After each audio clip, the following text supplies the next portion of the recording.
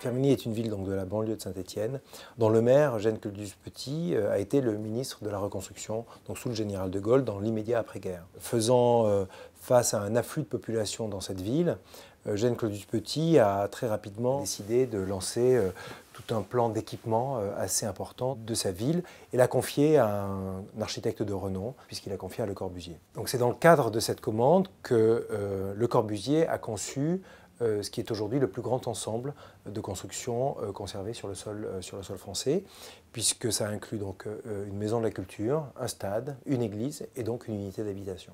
Donc l'unité d'habitation de Firminy est orientée comme toutes les autres unités d'habitation, c'est-à-dire est-ouest, et comporte 414 logements. Il y a en tout 7 rues qui desservent en fait 3 niveaux différents, dans lesquels s'encastrent en quelque sorte des appartements qui sont pour la plupart en duplex.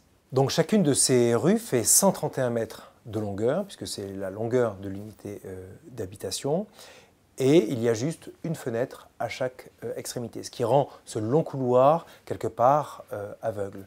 Et c'est pour cela justement que Le Corbusier a imaginé que la lumière puisse venir des portes elles-mêmes.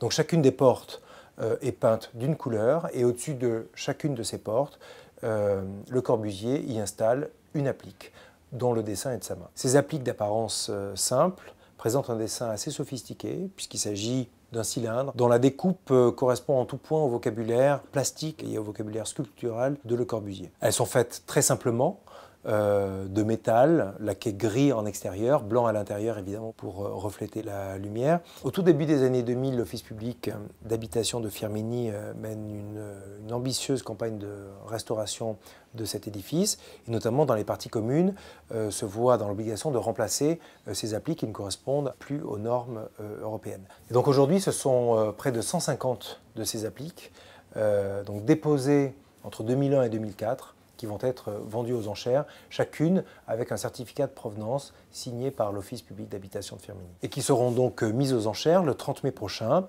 par lot de 10, par lot de 6, par paire également, afin de pouvoir satisfaire les collectionneurs et aussi les architectes fans de Le Corbusier.